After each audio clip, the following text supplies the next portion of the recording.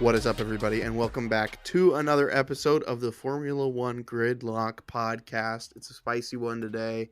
It's a spicy one. My name, of course, is Nathan Charles, and I'm here, as always, with my co-host, Chase Bozung. Chase, how are you?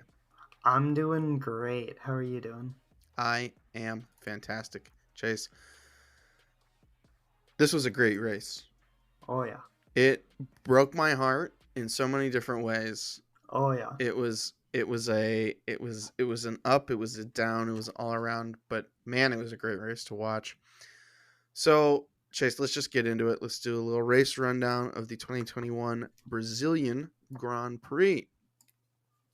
If you haven't seen it, number one, first place, the comeback kid, Lewis Hamilton in the Mercedes takes first. Second place, the main rival this season, Max Verstappen in the Red Bull. Third place, Valtteri Bottas in the second Mercedes. Fourth place, Sergio Perez in the second Red Bull. That's a Mercedes 1, Red Bull 2, Mercedes 3, Red Bull 4. Back to back. Nice and tight up there in the top. And then we've got our Ferrari bros sitting where they normally are. Fifth and sixth, Charles Leclaire in fifth. Carlos Sainz in sixth. We've got Pierre Gasly in the AlphaTauri. Great result from Pierre. Eighth place, Esteban Ocon in the Alpine, his teammate right behind him, number 9, Fernando Alonso in the Alpine. 10th place, our boy, Lando Norris in the McLaren. 11th place, Sebastian Vettel in the Aston Martin, just missing out on the points. That's tough for Seb. 12th place, the old dog, Kimi Räikkönen in the Alfa Romeo. 13th place, George Russell, the young dog in the Williams. 14th place, Antonio Giovinazzi, Alfa Romeo. 15th, Yuki Tsunoda in the second AlphaTauri. 16th place, Nicholas Latifi in the Williams. 17th place and 18th place are the two Haas's, respectfully. Doesn't matter which order they're in, not really, but it's Nikita Mazepin 17th, Mick Schumacher 18th. We had two DNFs in this race.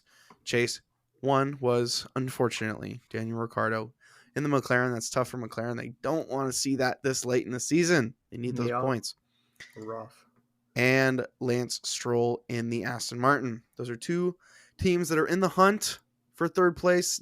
Less Aston Martin this year.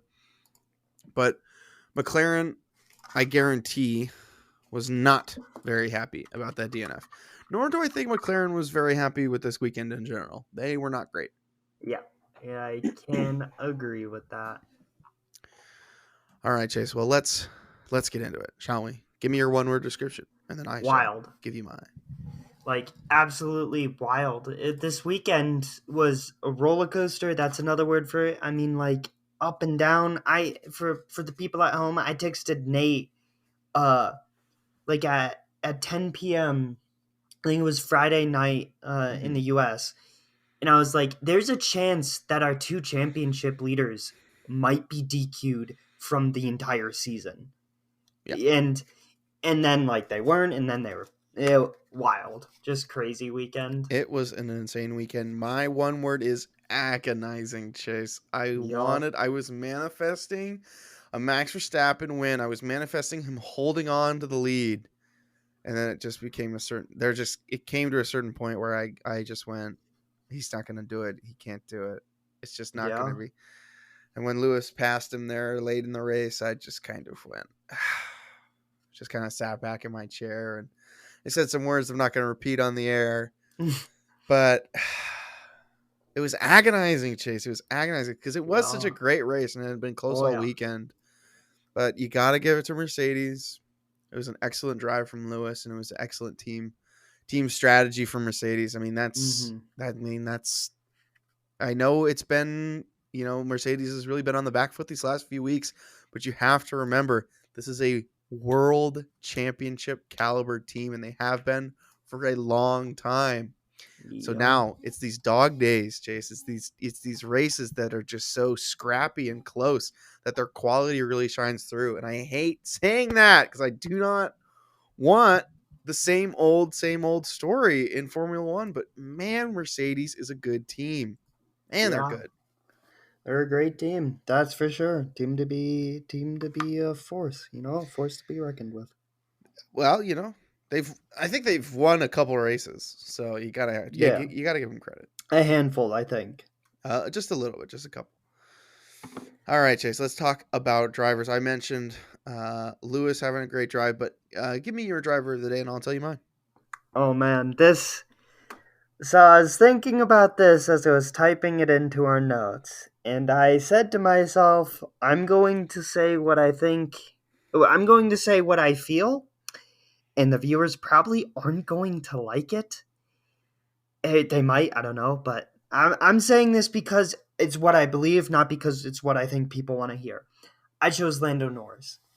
I Okay. know he didn't do anything spectacular, but what made it a good drive for me from Lando Norris is the fact that he doesn't even make it into turn one and he has a flat, and then he has to go around the entire track to pit to get that flat changed, and then that ups the amount of pits he needs, and he still makes it into the points. Like it's nothing necessarily to write home about, but I'm playing devil's advocate, and I'll play it once you mention who your driver of the day is. But I think Lando did a great job, seeing that he had one of the worst cards dealt to him without DNFing. Absolutely. They very easily could have just said, you know what? You know, they could have very easily just pulled him after that lap. I Yeah, mean, you're absolutely right. I mean, I looked terrible at it. luck. He was like 40 seconds behind, or with by the time they crossed the finish line, the first people. Very easily could have just pulled him in, said, "Hey, there's something, there's something wrong with the wheel. Oh, rats, we're gonna pull him in." But they left him out there, and they said, "Lando, we trust you. Go get him. Go get him, Tiger. Go get him, kid." And he went out and he got him. Yeah, It's not a lot. It's 1 point, but I mean, yeah, who knows? Like that 1 point, we could be coming. We could be back here in 3 weeks and be saying, "Wow, McLaren got third by 1 point." And we yeah. look We back and we could. see having Lando this trucking along. Lando trucking along there 40 seconds behind on that very first lap. Absolutely. I mean, that's a great pick, honestly. I don't even really think you need to play devil's advocate because Lando did have a great race. Yeah. But my pick has got to be Lewis. Mm-hmm. I mean, okay. Do I like Lewis Hamilton as a driver? No. Do I respect him? Absolutely. And Mm-hmm. there's a big difference there. There's a Yep. big difference there. Yes, the guy's in the fastest car in the grid, arguably. It is. Them and Red Bull go back and forth, it seems like. Yeah. But he started 10th. He took advantage of the chaos in the very first lap, jumped up quick, and was able to track down the fastest driver on the grid, in my opinion, Max Mm-hmm. Verstappen, and get past him. And it's races like this that you kind of have to shake your head and just go, I mean, that's Lewis Hamilton. He's been doing this for years. Yeah. It's races like this where you just have to kind of, you just kind of have to let it go because this is what he does. He's Yeah. a world champion for a reason. We like to, I especially because I obviously like I've said, it's kind of like rooting for the Patriots or rooting for the Lakers, and it's like I don't want the same old to happen, but there's a reason why this guy is a 7-time world champion, right? Yeah. I mean, I completely agree. However, You're yeah, gonna this is however where it me, gets Chase? fun. Yeah. I agree that, yes, Lewis is one of the greatest we've ever seen. Personally, people are saying it's his best race slash weekend that he's ever done. I disagree with that. I think I don't it, agree with that either. yeah, if I think his best race, and this might be a little cop out if you look at top 10 lists, but I personally think it's a phenomenal race, was his 2008 British Grand Prix. I mean, for if you guys haven't seen it, go watch it. Oh, I mean, literally racing against some of the greats and still wins it anyway, then dominates anyway.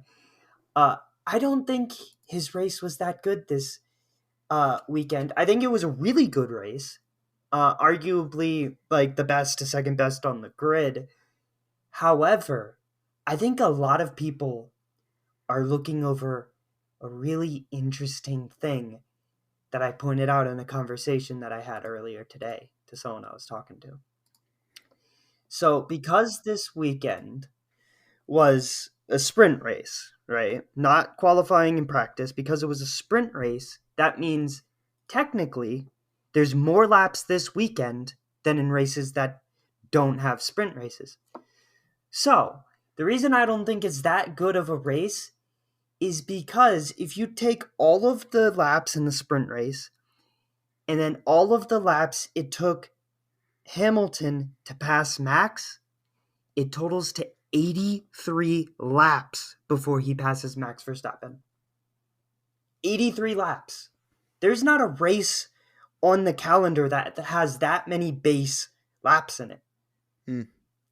So that's why I don't think it's such a good thing, because it took him 83 total laps. 24 sprint in 59 because he passed Max on the 59th lap. Those two together make 83. So that's just my devil's advocate. Maybe I'm being extremely biased, but 83 laps is a lot of time. Well, you're over here, you're making me defend Lewis Hamilton, so I really resent you for that. But, okay. He took advantage of the sprint race. Yes. He did, and don't get me wrong, I'm not saying he didn't do well. He did phenomenally, but no, I understand that. But this goes back to my old point that the sprint race is bad and extremely hurtful, and the sprint race allowed Lewis to win this race, basically. If there is no sprint race, and we'll talk about, because he got, after qualifying, he got a grid penalty, right? Yeah, we'll talk about that. He got a grid penalty. Then he puts in a new engine.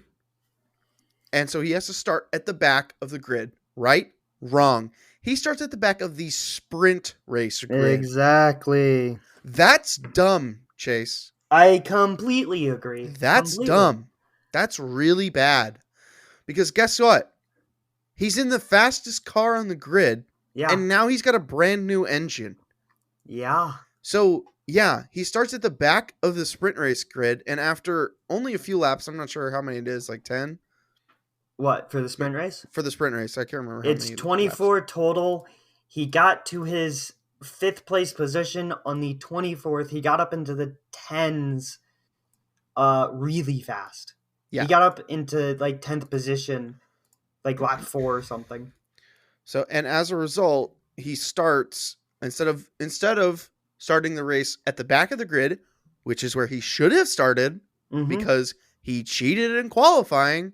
Let's see, this sounds like I'm not defending Lewis. I'm kind of defending him and criticizing him all at the same time. Well, I'd say you're defending Lewis, criticizing sprint races right now, is what I'd say you're doing. I'm heavily criticizing the sprint race. It does not belong in Formula One in its current state. It is atrocious for Formula One right now. But because of the sprint race, Lewis, instead of starting at the back of grid, at the back of the grid where he should be starting, he starts in 10th. Granted, still getting up to first is a great drive. Yes, it's a great drive. But he should be starting at the back of the grid. I'll add 2 things. Not only does the sprint race allow him to essentially negate the penalty of cheating in qualifying, right? Because it's in the sprint race, it's not in the real race. Yes. Here's the other thing that the sprint race does. It is ridiculous that penalty gets applied in the sprint race and not the actual race. That's ridiculous. Here's the other thing that the sprint race does. When there's a sprint race, it changes how pit stops work. Both with, technically, I don't know if you knew this, but technically, no one had to make a pit stop Sunday. In the actual race, because there was a sprint race, no one had to make a pit stop. But it allows, think about it. You race for 24 laps and then you go race the real race. Think about what you can do to your tires in those 24 laps. Think about the tire strategies now, right? You can rip apart your tires in the first 24 laps because it's Saturday. It's not Sunday. And I'll add that if the sprint race didn't exist this weekend, he doesn't get first because he needed 83 laps to get first. And it's only 71. Absolutely. It's entirely because of the sprint race that he was allowed to win this. I agree that the penalty should have been served in the actual race. And I also think that it's really, like, it worked out this week because it was a sprint race, but I also think the interesting dynamic of giving him back of the grid because he cheated, and then a 5 place grid penalty for changing his engine. I think they should have changed the 5 place grid penalty to like a 10-second time deficit, right? Or something like that. Hmm. Like we've seen them serve. But that's a different point. Yeah, I think that might be a little harsh. I just like make these penalties apply to the actual race, not these sprint races. These sprint races are bull. They're nothing. All they do is just allow the top teams to score more points and get in better positions. It's ridiculous. And then it's worthless for the back half of the grid. And as we Exactly. see in the last sprint race, Pierre Gasly gets to crash out and ruin his Sunday because of a Saturday race. Exactly. Anyway, All right. tangent there. A tangent. I mean, we'll talk about it more later too. Yeah. Jace, give me your team of the day, and I'll give you mine. Mercedes. I mean, as much as I'm harping on Lewis, yeah, I still think he did a phenomenal job this weekend, and I think his team did a great job. And I'll go back a couple weeks because I like to bring up points. We saw in the race that Lando Norris could have won. I forget which race it was, but he could have won, and then he made the wrong choice with the tires because the team said, "Hey, Norris, what tires do you want put on?" This race, we saw the complete opposite from a team that knows what they're doing. Lewis says, "I want these tires." They say, "No, you're getting the hards," and that's it. Mm-hmm. He gets the hards, and then he wins the race, arguably because of them. Right? You can argue that tires win races. So I I think Mercedes really knew what they were doing. I mean, they got a 1-3. I mean, that's with Verstappen on the grid. That's what you can hope for. And they knew what to do with both of them to put them in the position to place there. So I think Mercedes did a phenomenal job this weekend with their strategies. Absolutely. Absolutely. That's a great pick, Jace. And I would have picked it honestly if you hadn't. But I mean, I think there's an obvious like choice for me here, and it's Ferrari. It has to be Ferrari. I mean, they are without a doubt the third best team on the grid. They are. Mm-hmm. It's not McLaren. McLaren had a good year last year. Ferrari's kind of floundering. It's over for me. Ferrari is the third best team. Ferrari's not back, but Ferrari is, for me, solidly the third best team on the grid, which is Mm-hmm. tough to say as a McLaren fan. Yeah, I told you last week. I said Ferrari's better than McLaren right now. They are only separated by about 21 points. So, you know, things could change. But even if they do change, for me, like this last stretch of races has really proven to me. I mean, you've got a fifth, sixth in Mexico. You've got a fourth, seventh in the U.S. In Turkey, you've got a fourth, eighth. In Russia, you've got a third, and I think we had a DNF there. I forget. No. He was down in 15th. But that Ferrari car is good. And it's about time we start noticing it. Mm-hmm. But I guess we don't have to notice it. Do you know what I mean? Because it's not as good as a Red Bull or a Mercedes, but it's clearly better than every other car on the grid. But I'm not not certain I fully agree with that. what car is better than or what car is better than the Ferrari that's not a Mercedes or a Red Bull?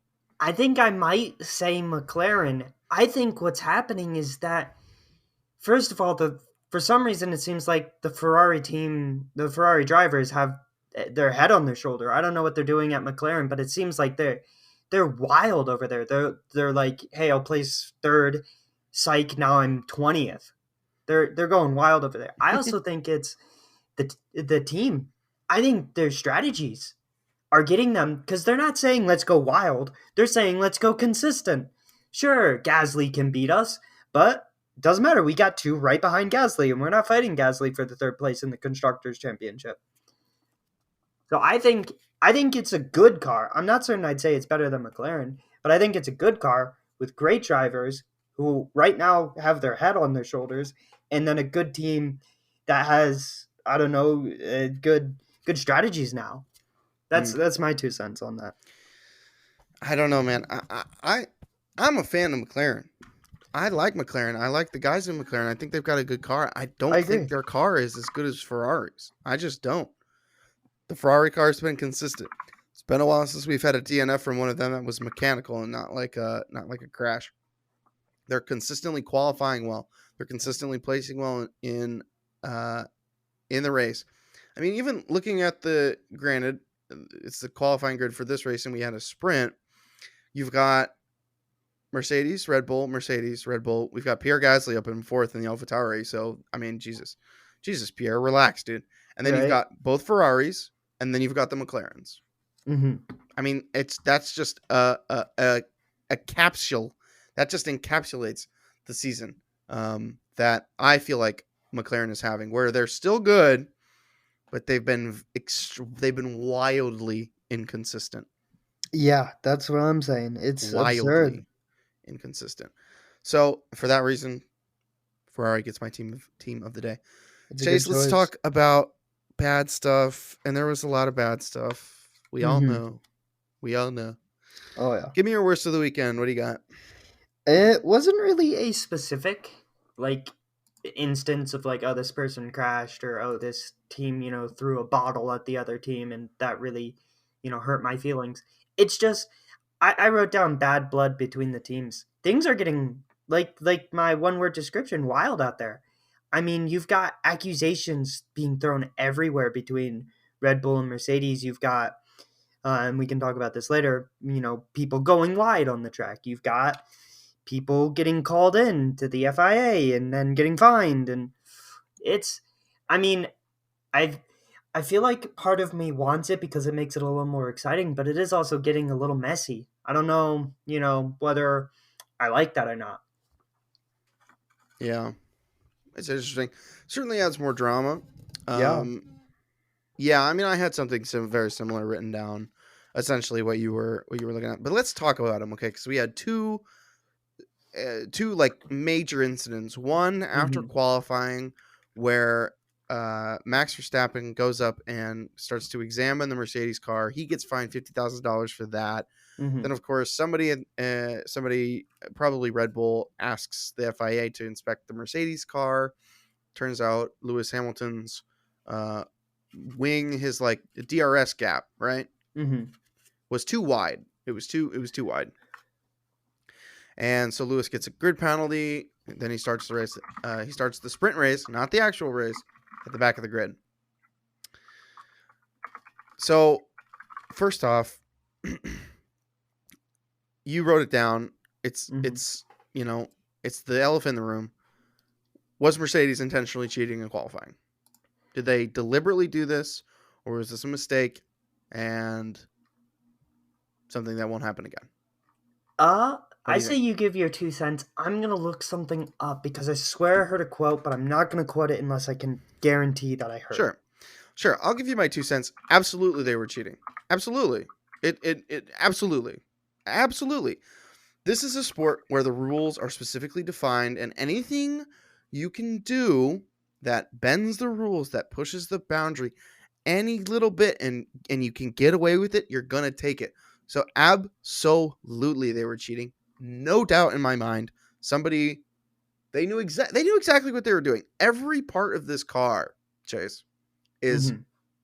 specifically designed, is measured, is fit, is run through aerodynamics. Every single part of this car has been engineered and fine tuned to the max. You're telling me that they didn't know that DRS gap was too wide? Get out of my face. Get out of my face. That's ridiculous. Mhm. Absolutely, they were cheating. Absolutely. Which is why I'm even more mad that the penalty they received ended up not really being a penalty. He I still agree. started 10th, but cheating and qualifying should get you a a DQ from a the like a race, debatably. serious penalty. And the penalty they got was a joke. It was a joke. Yeah, I think there's a strong debate for temporary DQ from the race for cheating. We've seen it before. We've seen people get DQ'd for weeks or a couple races, and we've seen people jump through loopholes to get out of those and stuff. But yeah, I think I'm with you. I don't think the penalty was enough for the crime committed. And for everyone at home, I do agree with Nate here. I do think they knew exactly what they were doing. I heard someone say that, oh, the with how little millimeters that they're measuring, you can't accurately measure it and all this stuff. That's BS to me.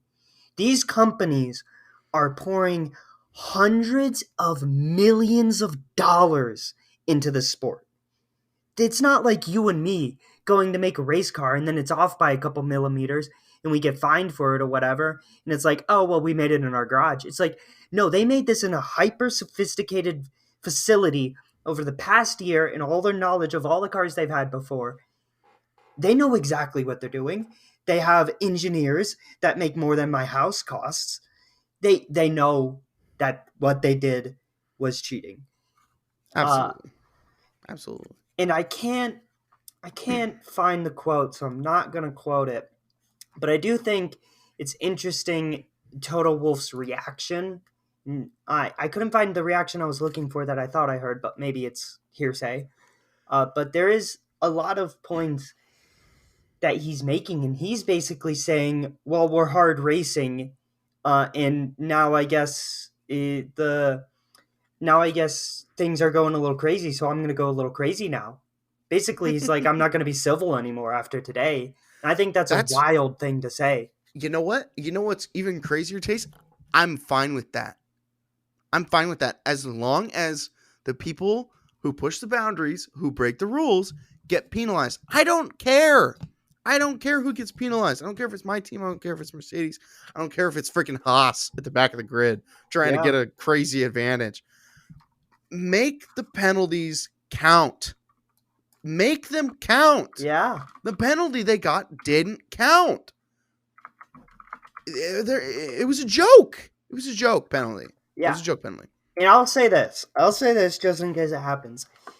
If something like this happens before the end of the season where they're caught doing something that they shouldn't be doing and it's deemed cheating and serious action isn't taken, and I'm talking about constructors DQ, certain driver DQ, right?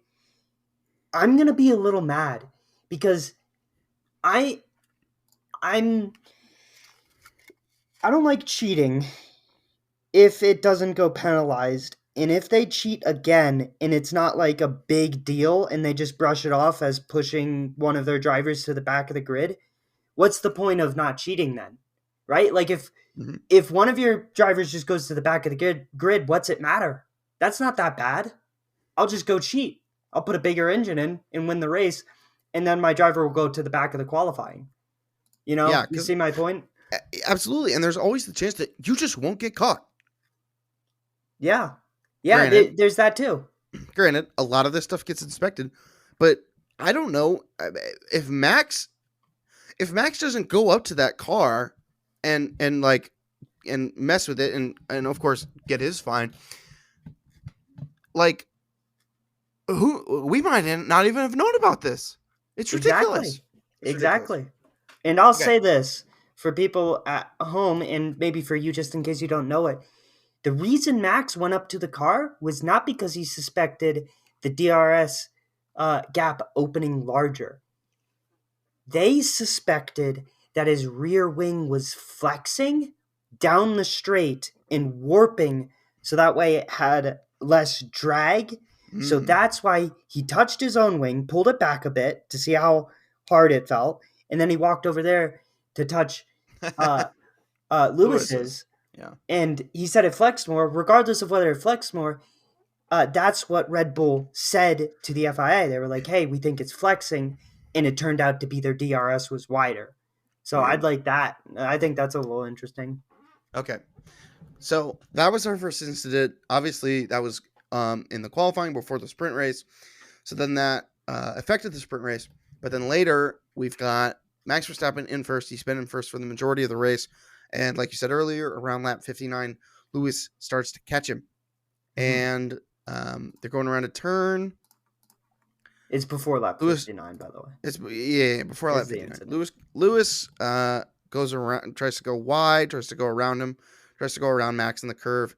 Max essentially, doesn't give Lewis any space. They both kind of go off.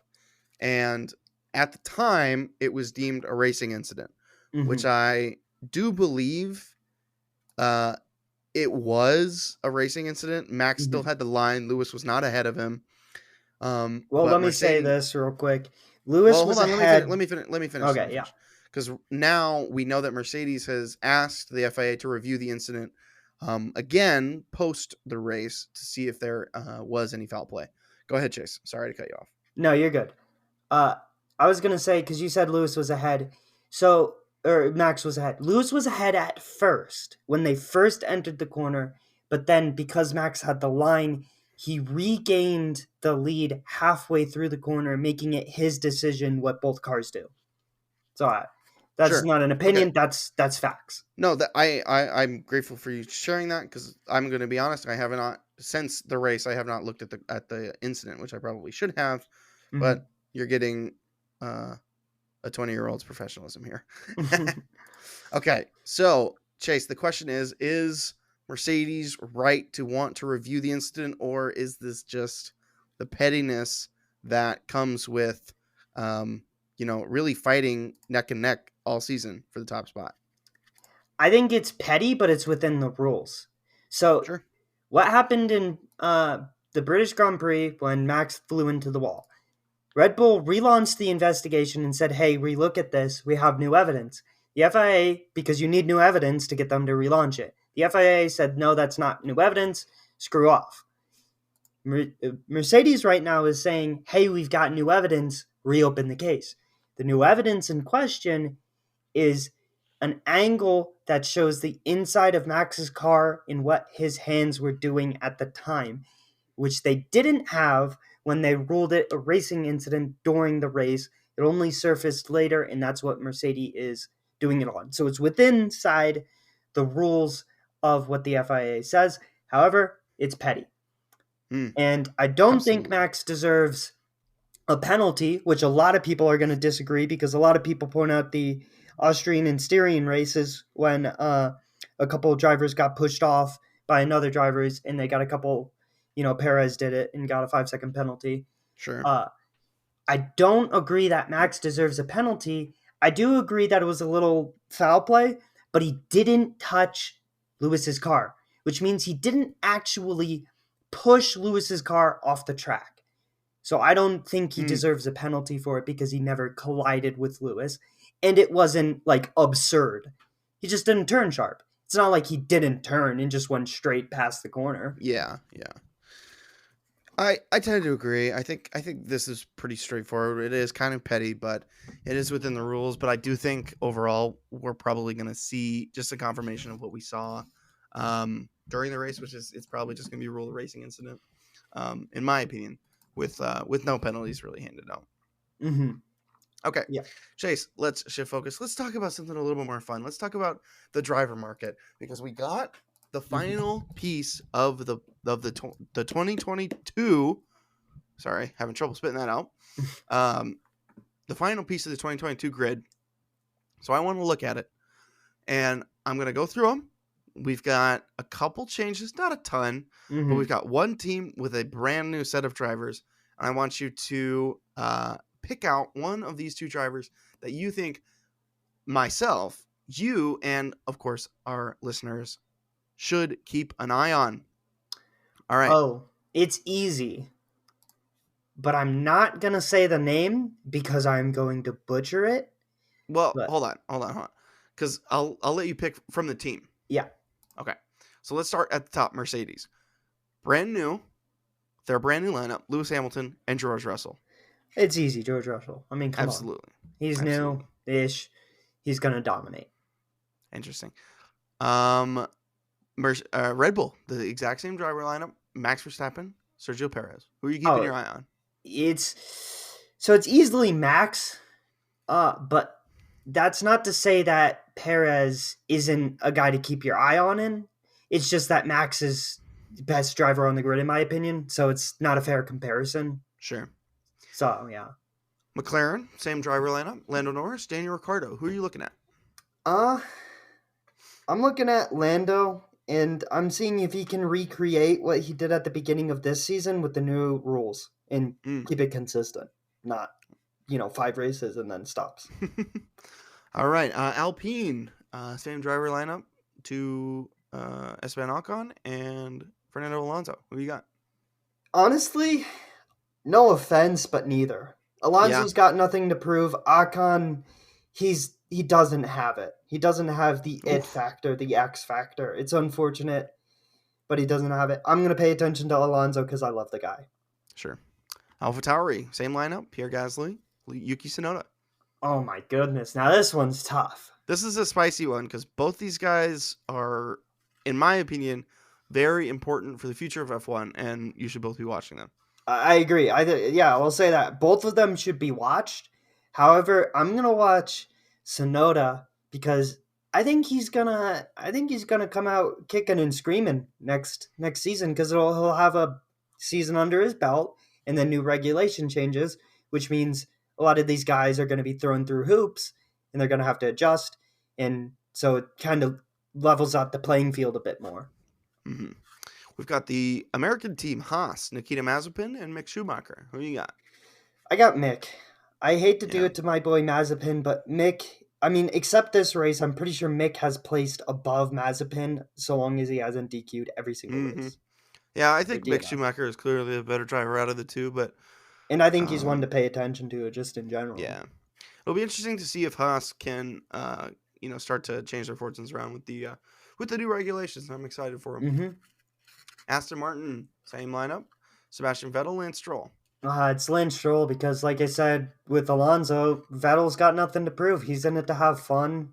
Lance Stroll's got something to prove, and I think he's a good mid-pack driver. I don't know if he'll ever make it out of that. He might. He's young still, so we'll see. I think he's a good driver. I have nothing wrong with Lance. All right, the Ferrari brothers, Carlos Sainz and Charles Leclerc. Who are you looking at?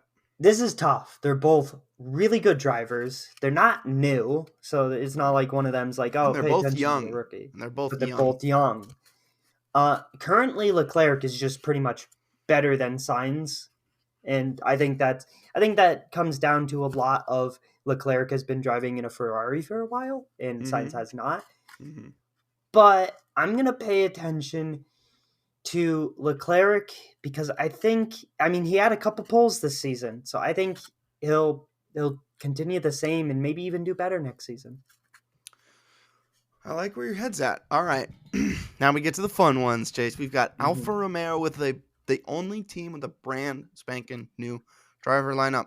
Kimi Räikkönen, of course, is retiring, and we just got the news. Antonio Giovinazzi will not be returning next year. Antonio is going to Formula E. We wish him the best of luck. I agree. And have fun in those crappy electric race cars. So, Valtteri Bottas and the brand new driver from Formula 2, the only Chinese driver on the grid, Guan Yu Zhou. That's right, ever. Zhou is how you say his last name? Yes, Guan Yu Zhou. That's Guan Yu Zhou, okay.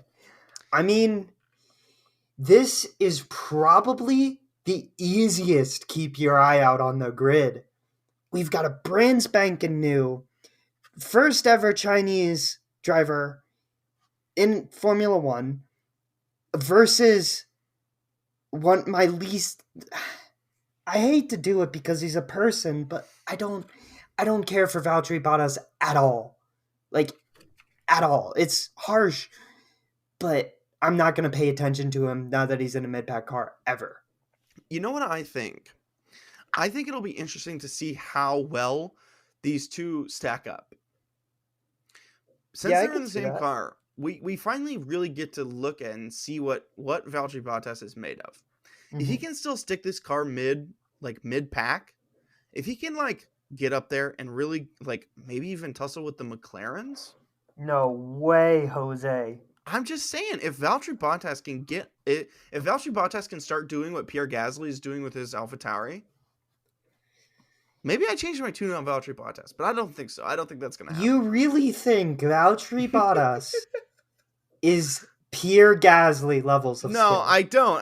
But I'm just Okay. saying, if he could do something equivalent to that, maybe we start to be like, oh, maybe we kind of misjudged. Because look, you got to give the guy credit. He's stuck Yes. behind arguably the greatest Formula One driver to ever exist. Yeah. Agreed. And we hate on him a lot, and I do think he's incredibly like overrated. I think he's a very average driver. But it could be distinctly possible that he only looks like that because he's behind Lewis Hamilton. So we'll see. We'll see. Here's something I'll bring up, and I'm not going to expound on it because it's a big subject, and this is I'm already a not gonna big talk about it. video. I will be taking no comments. Well, yeah, but I wanted to mention this at some point, and maybe we can talk about it more in depth later, on in a different podcast. But the reason I really don't like Valtteri Bottas is, statistically speaking, he beats out some of the greatest F1 drivers to exist. Statistically speaking, with poles, with podiums, with race wins. And that's my problem with him, is I don't think he's better than the people he's beating. Like, I Mm-hmm. could pull up a list here, but that's just look up lists of podiums, all-time podium finishes, and all this. I don't think Valtteri Bottas belongs where he is. Tough. Tough love, but I like it. I like to see that from you, Chase. And our final team on the grid, and they'll probably still be last, Williams, who have the comeback kid, Alex Albon, and Nicholas Latifi. I think I know who you're going to pick here. I mean, I loved Albon. I thought he got handed a short stick, and because he was a rookie, dropped it. I'm paying attention to Albon. I love Latifi, but Albon's the one to pay attention to. I think Albon rises from his William position. Period. This is not the end of Albon now that he's back in. Spicy.